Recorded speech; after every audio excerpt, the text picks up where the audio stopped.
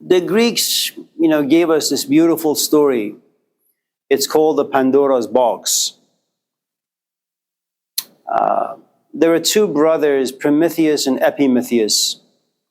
Prometheus, of course, is the god that stole the fire from the gods, brought it down here, assuming that human beings really know what to do and how to use light in the proper way, that they can kind of get themselves out of darkness and be better human beings and create better societies.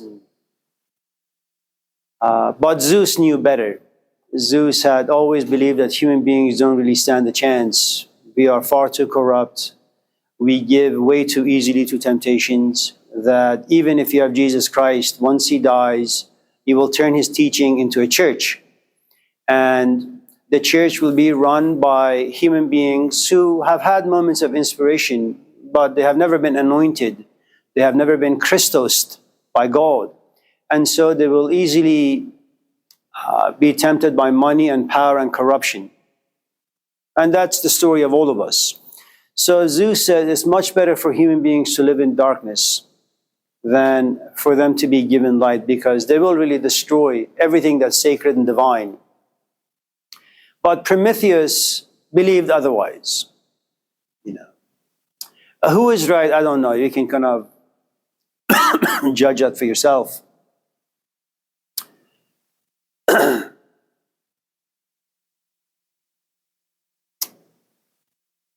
Pandora was very curious, and she was supposed to be married to, if I'm not mistaken, to Epimetheus. And because Zeus knew that Pandora is a very curious woman, he wrote on the box, Zeus did, "Do not open this box." And of course, she did. And all the awful things that you see in life came out. The last thing that was supposed to come out was hope. But the lid was shut or closed very, very, very quickly. And so hope remained in the box, and it never came out. And I think it's a great story, because what the Greeks are wanting to tell us, I think, and this is my own take on it, all of us enter into life with a good amount of hope that tomorrow will offer you different things. It'll be different. You'll be a different person. You will have evolved. You will have matured. You will think differently. You'll be nicer, more decent, more kind.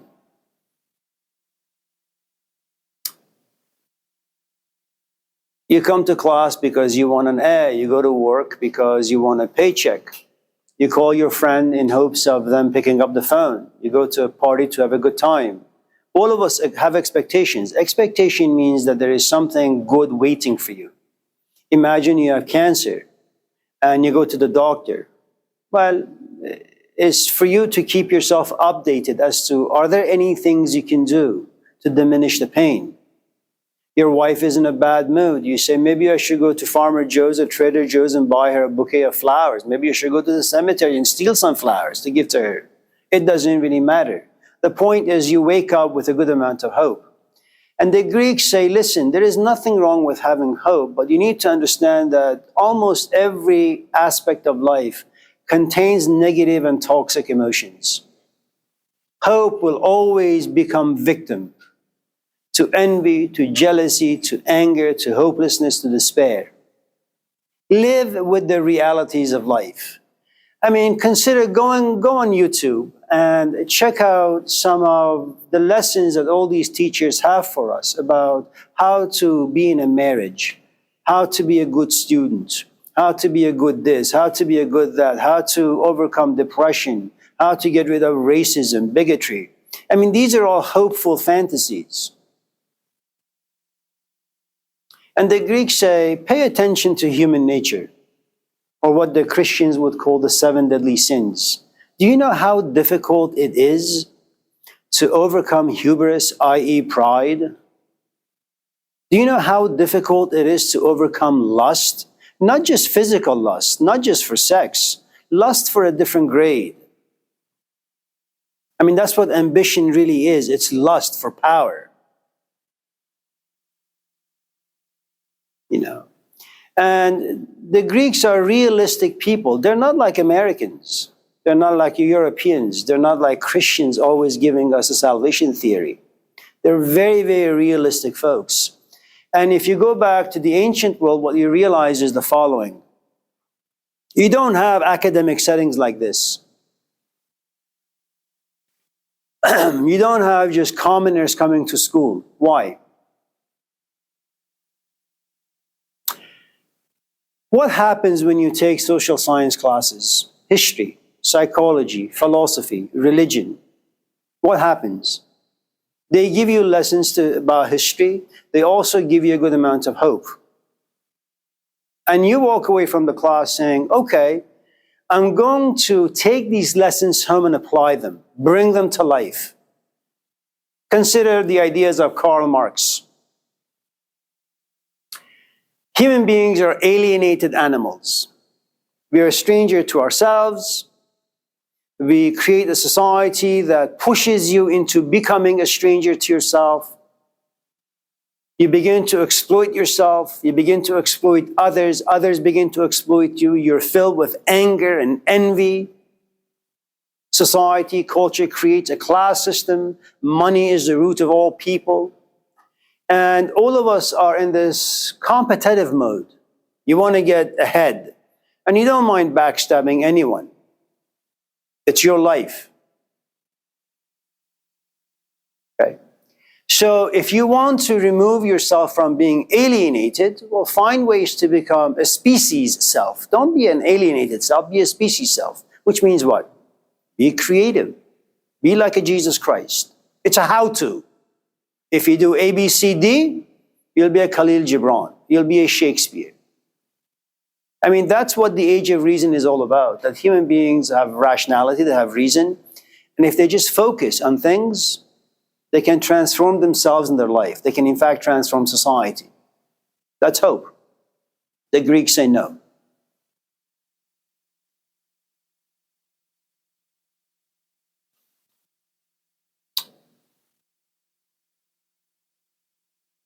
And it may be that the person who wrote this particular story happened to be an introvert, just a gloomy chap that didn't really find much hope or much happiness in life, and he or she said to themselves, maybe I should just write a sad story about the human condition.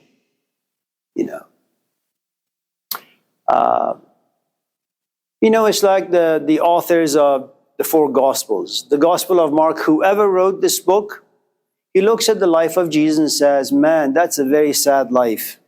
And when you read the Gospel of Mark, it's a very gruesome narrative of a man who tries to do good, but just get whipped. And it's mostly really, the last many, many pages of the Gospel of Mark is about Jesus just getting beaten up by people, But when you read the Gospel of John, for example, you don't see any of that. Whoever wrote the Gospel of John, for example, had a more optimistic outlook on life. My father, or I have a neighbor, his name is Bob. He's just positive. Very positive. It's not like he read books to be positive. He was just wired to be positive. You look at someone else, like the Buddha. Life is sad. Life is bad. Life is filled with pain and misery and suffering. Then you'll get die. And you go to Gilgamesh, it gets even worse. And when you die, you will be forgotten.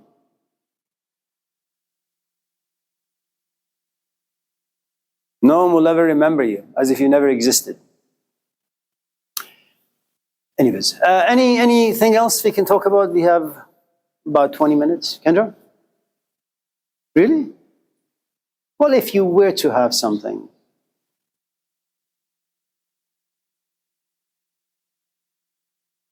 And if there is nothing, there is nothing.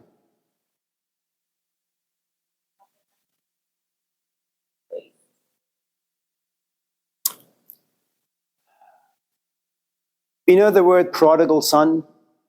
The story, the two words, prodigal son. It means a son who wastes. Prodigal. Just a wasteful human being. You know, it's such a difficult thing to. I was speaking to my brother, Iraj, some years ago, and he's still alive, you know. But when we were talking about children and how they harass you and they want you to take them to various places to buy toys, he says to me, Amir, don't fight with your kids. It's a no-win situation for you. When you go home and they say Sonic, just go get them Sonic. You can't sit them down and tell them, honey, you have 25 Sonic toys, in your toy box, go play with one of them. Kids get bored really, really fast. He's not going to understand the things you're going to say. Go with him. You're going to waste your time, you're going to waste your money, you're going to lose energy, and that's how kids are. And it's because he's only 5. What the hell do you expect from a 5-year-old? It's your first time in a relationship, a romantic relationship. It's your first time that you're traveling the world of love. It's the first time you're experiencing the joys of sex. It's the first time you're experiencing the world of intimacy. If it's the first time doing things, it's very difficult to have a good amount of sufficient knowledge that you're able to protect, you're able to know what exactly it is you're doing. I mean, none of us sit and spend time asking, why does this bring me pleasure? What kind of pleasure is this? Is this pleasure of the body that creates emotions? Is this pleasures of the mind that then moves the body? Or is it pleasures of the spirit that quiets both the mind and the body? What kind of pleasure do I want? And the truth is, it's going to take time. I mean, consider Frank Sinatra. What is that song that he has that you can love better the 4th or the 5th or the 6th time? And it's very true. I mean, for us modern people who are very confused about love, and you have to kind of accept the fact that, for many thousands of years, romantic love was a taboo. You were not allowed to experiment with it. It just didn't exist. Only people of privilege, Jane Austen, for example.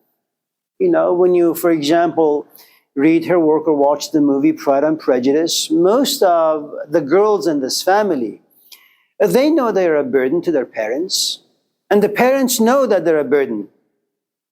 And they wait and wait and wait until a man knocks on the door and says, I want that girl. And they happily say, do you have at least 2 cows? Yeah. Okay, have the girl. There is only one girl, who reads a little bit, who thinks a little bit, and says, no, I just don't want to marry anybody. I want to marry someone that I like. No, wait a minute. I just don't want to marry someone I like. I want to marry someone I love.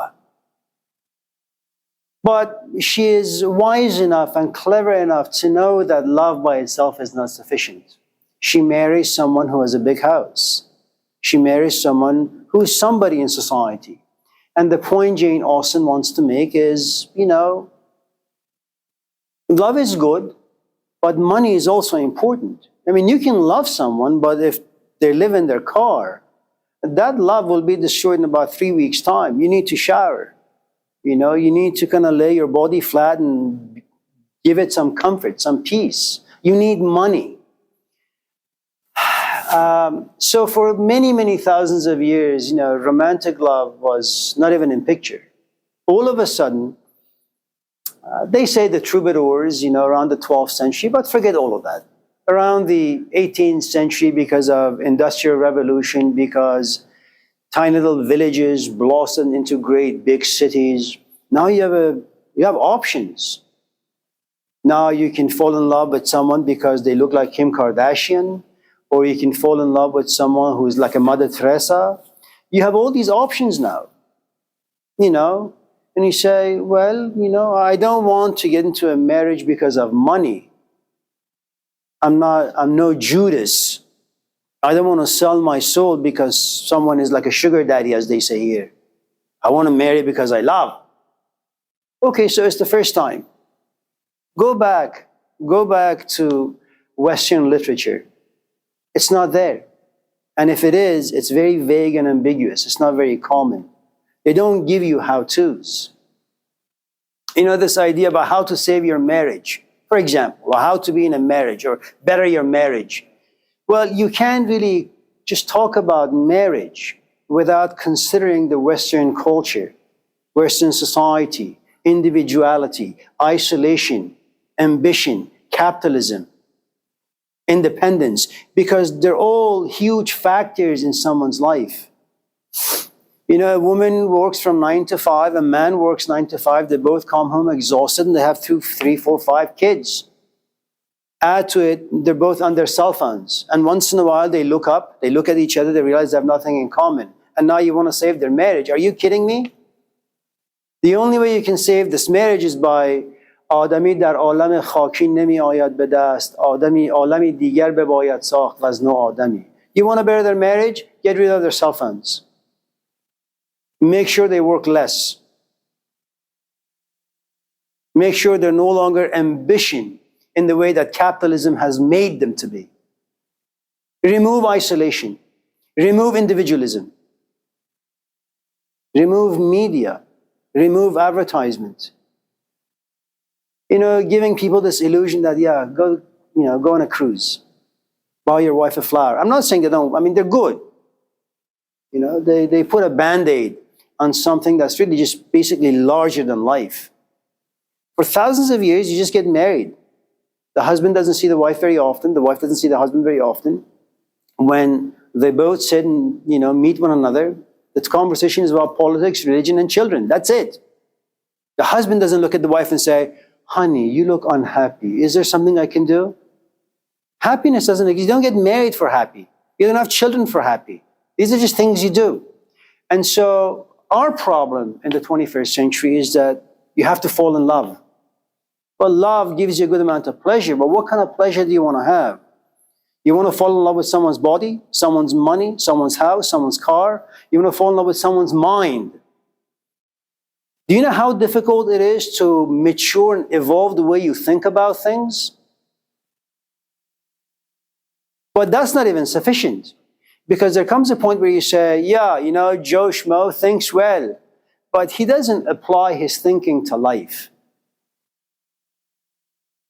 And even if you were to marry a Jesus Christ, for example, he's got a great mind, he's got a great soul. And you say, when I marry him, he'll invite me to meet the kingdom of God that lives inside me. All right, good for you. That's great. There comes a time where you and Jesus Christ are in the bedroom, very intimate, and you look at him and say, Jesus, I love you. And he looks at you and says, I love you too. And let's just say this is a man who is willing to entertain certain parts of you so you can have some pleasures. And so you say, I think it's time for us to have a family. And because he has access to perspectives, he understands you. In the Gospel of Luke, empathy means he's able to put himself in your shoes as a woman and say, yes, she's about 32. A 32-year-old woman, her body, her psychology demands a child. I'll give the child to her. Do you really think he's going to be a good father? He may be good for people of the mind, he may be good for people of the soul, but is he going to be a good father? Do you know what makes a Jesus Christ a Jesus Christ? A man who is unhappy with life, a man who is dissatisfied with his parents, with his community, with Judaism. So you know what he does? He goes into the forest from age 12 till about 30. He lives alone. And do you know what happens when you're Christos, when you're anointed? It means you're sufficient unto yourself. We don't need anybody. You're your own companion. If you want to listen to music, go on a stage and give a sermon. Your own voice is like music to your own ears. Your voice, what you say, is a book that you read. You don't want to listen to anybody. You don't want to read anybody's books. You know how ideas come about. You know what inspiration is. You know what creativity is. Jesus Christ is a man who knows how to be alone. He is complete. He is what we call the icon of perfection. But he's married to you. Do you really think he's going to stay home and tolerate the nagging of a wife about money, about rent, about food, about utilities, about a car, about a bigger house? Do you think he wants to sit and educate his kids? These are children. They want toys. They don't care about souls. So Jesus Christ may be again a good person for those who seek intellectual evolution or spiritual evolution, but as a father, he would stink. He's not going to be around. So the point I'm trying to make, long story short, is since it is our first time really experimenting with all the things that our fathers, our parents, our grandparents, great-grandparents never had the option to experiment with, you have no choice but to experiment with a very limited amount of knowledge. And by default, you have no choice but to make mistakes. And those mistakes will hurt. And then once you're hurt, you get sad, i.e. you get depressed, i.e. maybe even chronically depressed. Then you'll feel isolation. You'll feel very, very alone, as if everyone, like Job, everyone has abandoned you. There is no God to be had. There are no friends to be had. You're all alone. And you have to figure things out.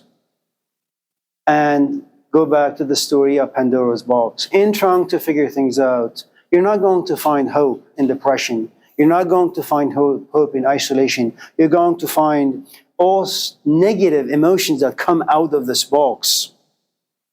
And just in case you pray for some hope, for some light to come your way, the lid is going to be shut. You're going to live in darkness for a long, long time. But the Greeks also knew that chaos, the goddess Chaos, has two kids: darkness and confusion. In darkness you can't see. And when you can't see, you're confused. But live in the darkness and live in the confusion for a long, long, long time. And if you have the patience, if you have the proper psychological narratives, if you have the right teachers, right support system, and nobody does these days. Nobody has the support systems. Okay? What happens, that confusion and darkness get together. They mate. How it happens, why it happens, I have no idea. But they have a child. It's called light. If you're able to endure the darkness, which is a horrifying place to be, then you will have glimpses of sorts. You will understand. And that becomes your supporting system. And I think if someone was to come to us and explain, say, the Four Noble Truths in Buddhism really, really, really, really well, most of the problems that we have psychologically, emotionally, they would not haunt us as much. I mean, the idea that life is suffering,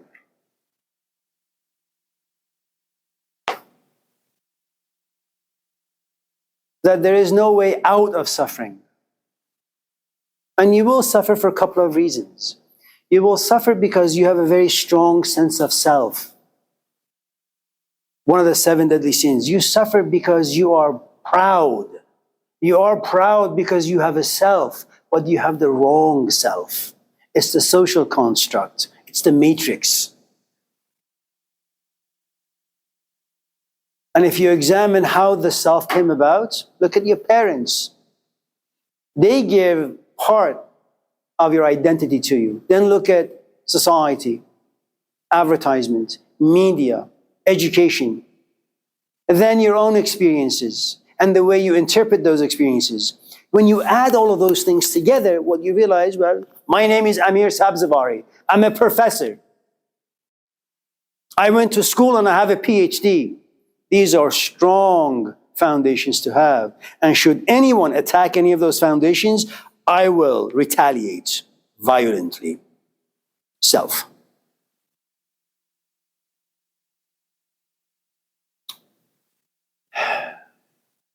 There is another part to the first noble truth. Nothing is permanent. Oh man, nothing is permanent? It means that there is no stability, that everything can be uprooted at any time? The answer is yes. Look at what we have been doing for the past many thousands, hundreds of thousands of years. We have been in the business of power, finding power. Why? Power allows you control over uncertainties.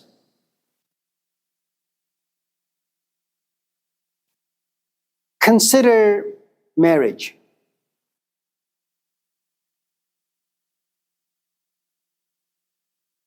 How do you overcome the reality of aloneness?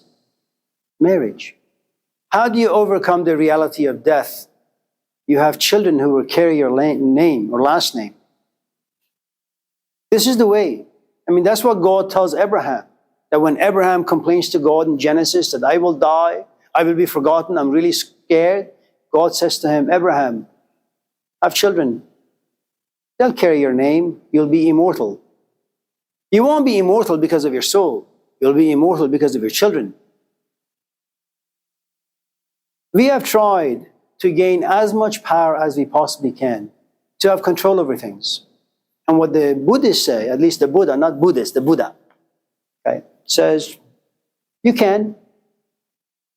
I mean, I don't know if you've ever gone on Skyline Boulevard. You should pay that road a visit. The trees that have been around for 50, 60, hundreds of years, uprooted, fallen on houses in the middle of the road. Roads are blocked. You know, you build a house on a cliff, you create a beautiful foundation. Rain comes, soil softens, the house crumbles. You're married for about 20, 30, 40 years. Your wife or your husband goes somewhere. For whatever the reasons are, attraction happens. He or she comes home and says, I don't know why it happened. I don't know how it happened. I just want to go away. And the wife or husband of 20 years, go away. Where? With who? Why? I'm just not happy.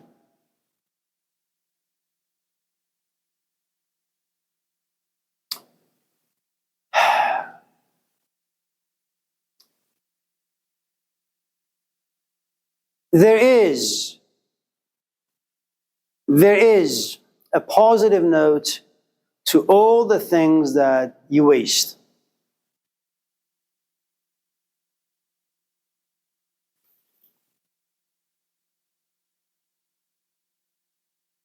There is nothing wrong with being an awful human being. There is nothing wrong with hurting other people. There is nothing wrong with wasting money. There is nothing wrong with abusing your body. There is nothing wrong with any of those awful things. If, and only if, you come to a place in life where you stand as a witness to yourself and you judge yourself and you say, I smoked. I now have cancer. I beat my kids. I didn't go to school. I didn't take life seriously. And the outcome of my stupidity is I'm 60, I live in a studio, I have nothing. And you understand it. Not just intellectually, you feel it. You're broken, you get depressed, you witness all of this, you repent, you rise up, and you say, you know what, I'm just going to go and walk around Laney College. And I'm going to ask these kids, do you have class right now? And an 18-year-old says, yes. What the hell are you doing in the quad? Why don't you go to class? Oh, the guy's boring. And then you say, I want to tell you a story. It was only a couple days ago when I was 18, you know. You, as a 60-year-old man, say to him, to an 18-year-old. But you got to say it in a way, and you give a sermon. You don't talk to people intellectually, because the intellectual center is not strong enough to make you move. You know, sometimes you just have this deep need to cry or scream because life is frustrating. And you say, okay, what can I read? So you read the book of Job, or you read the Gospels, or you watch a movie. And you say, man, the book of Job is good, but it's just not doing it for me. And what you're saying is, I want something to touch me on an emotional level. So whenever you find a human being who touches your emotions, and then you leave, and you say, what the hell did we talk about? You can't remember anything, because he or she was not talking to you, to your intellect, but to your emotions. And you feel, you're fully present. You just can't remember much when you leave, you see. And then as a 60, 70-year-old man, you go to this kid and say, you know, I was you about 50 years ago. I had the same exact feeling. I had crummy teachers. I hated school. It was all busy work. I wish someone was next to me, man, like a dad or a grandfather or a good friend who would smack me on the head and say, go to school. Just put whatever feelings you have on the side for about 5, 6 years. You can get your master's in 5 years. Then you want to goof off, goof off. Waste is only good if you can make it into a compost. There is nothing wrong about the prodigal son story. In fact, it's a story about wisdom. That it's good to sin if you can catch yourself at a certain point and then go back to the Father. And the Father doesn't need to be God. The Father doesn't need to be your physical father. The Father can be a foundation you build for yourself. You buy a house, you realize the house is not a home. So you leave for the forest. You lock the doors, you know, pull down the blinds, and you just go away for 20 years. After 20 years, you realize, yeah, it's good to be in Yosemite, but you want to go back home. You've had enough of Yosemite. You've seen enough trees, you've seen enough animals. You want to go back home and take a nice hot shower. Now you go home. You may hitchhike, you may walk, but you have a house paid for. If on the other hand, you got no house, and at the age of 20, you just go to Yosemite thinking that you will forever remain young, and there comes a point in your life where you say, I want to go home. You have no home to go to. You've made no friends. You never saved money to buy yourself a physical space. All you have is a crummy tent that has all these holes in it. And now you're old, you're ugly, you're smelly, you're tired. And the only thing you do is you pray for death. There is nothing wrong about wasting. We waste things all the time. What makes waste into compost for a good life, catching yourself and turning waste into something good.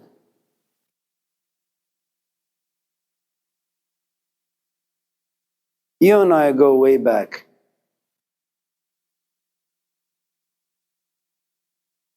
You have a lot of friends. Sometimes you see your friends doing some things. Sit them down. Share with them your own mistakes. Educate them. And next time those people want to do some things, you are their home. They say, oh, she told me about what happened, what the consequences. I don't want to be like that. And your story or wisdom will give them fear, discipline, responsibility, and they'll take one step forward and 50 back. You save them.